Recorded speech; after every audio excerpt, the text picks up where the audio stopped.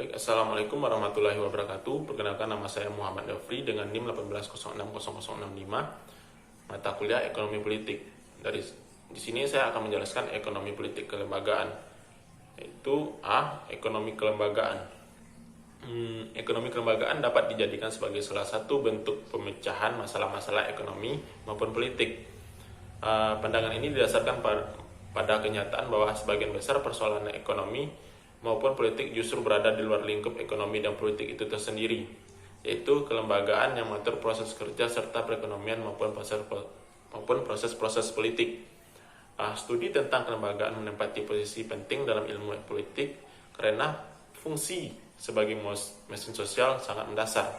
Sebab dalam konteks ekonomi politik, institusi merupakan tulang punggung dari sistem ekonomi politik. Kelemahan dan kekuatan ekonomi dan politik suatu masyarakat dapat dilihat dari institusi ekonomi dan politik yang mendasarinya. Oleh karena itu, mengembangkan ekonomi politik kelembagaan karena baik buruknya sistem ekonomi dan politik sangat tergantung. B. Tokoh-tokoh ekonomi kelembagaan. Yang pertama, Veblen, peran nilai-nilai dan norma-norma.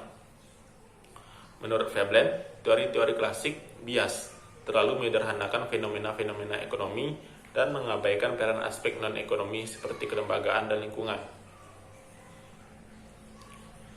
Padahal pengaruh keadaan dan lingkungan sangat besar terhadap perilaku ekonomi masyarakat, karena struktur politik dan sosial yang tidak mendukung dapat menghadang dan menimbulkan distorsi proses ekonomi. Bagi Veblen, keadaan dan lingkungan inilah yang disebut institusi. Institusi yang dimaksud Veblen tidak dalam pengertian fisik, tetapi lebih berkaitan dengan nilai norma, kebiasaan, budaya yang sudah melekat dan mendarah daging dalam masyarakat. Beberapa asumsi yang dianggap Veblen lemah antara lain: A. Motif ekonomi melatar belakangi setiap kegiatan. Setiap aktivitas manusia didasarkan atas perhitungan rasional untung ruginya. Kemudian mendahulukan kepentingan diri sendiri. Persaingan akan meningkat secara efisiensi.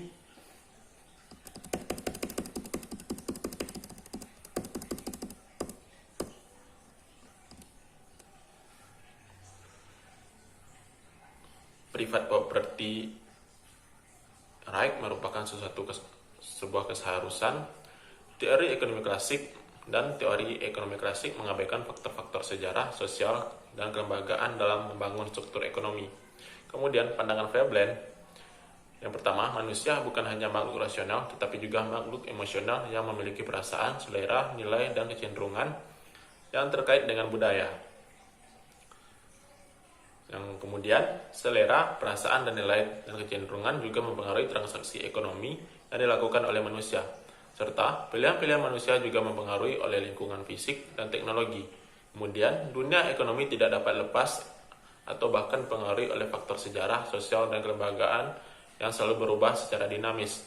Dan perkembangan ekonomi selalu dikondisikan baik secara langsung atau tidak langsung oleh keadaan sosial dan kelembagaan yang melingkupinya.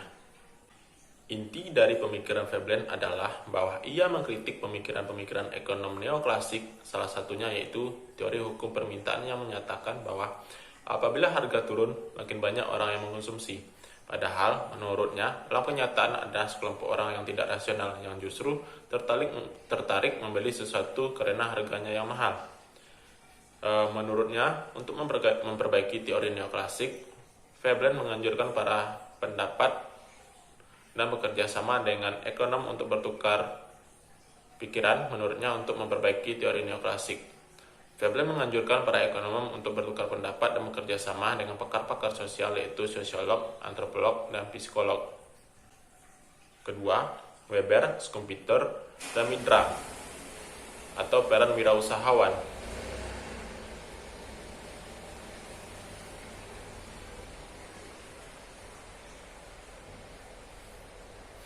Analisis kelembagaan menurut pakar-pakar yang disebutkan di atas bahwa tindakan manusia bukan semata-mata hasil proses kalkulasi individu yang otonom dan terjadi di ruang hampa, melainkan berlangsung dalam jaringan-jaringan relasi sosial dan institusional. Bagi mereka, Walau banyak aktor dan proses yang terlibat dalam industrialisasi dan modernisasi, tidak dapat disangkal bahwa aktor utama industrialisasi adalah wirausahaan. Selain itu, mereka juga berusaha memahami sekaligus menjelaskan struktur yang berada di belakang berbagai aktivitas ekonomi atau kegiatan perusahaan. Untuk memahami struktur tersebut, mereka berusaha menerangkan bahwa antara lembaga-lembaga ekonomi, sistem ekonomi, nilai-nilai dan norma-norma dengan berbagai peristiwa ekonomi yang tidak terlepas dari sistem politik, struktur sosial, dan kultur budaya masyarakat. Menurut Weber, jiwa wirausaha tidak dimiliki semua kelompok masyarakat, melainkan tercipta dalam masyarakat tertentu saja. Yang ketiga, commons, costs, dan norms. Peran hukum. Menurut pakar kelembagaan di atas, ekonomi pasar tidak tercipta dengan sendirinya.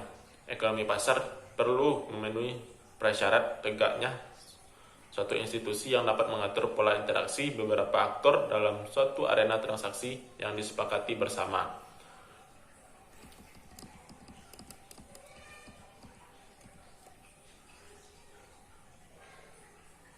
Kelembagaan dilihat dari sisi hukum menentukan dan atau mewarnai transaksi, terutama melalui aturan main yang berlaku, sekaligus juga mengatur kelompok atau agen ekonomi yang mewujudkan kontrol kolektif terhadap transaksi. Dengan demikian, selain mengkaji peran norma-norma dan konvensi serta peran wirausahaan, perlu pula dibahas tentang peran institusi hukum dalam pembangunan. C. Ekonomi kelembagaan baru. Ekonomi kelembagaan, yakni Economibus Clause pada tahun 1990, membedakan dua aliran kelembagaan lama dan ekonomi kelembagaan baru. Kelompok yang baru lebih memperkaya, bukan memperkritik ekonomi neoklasik.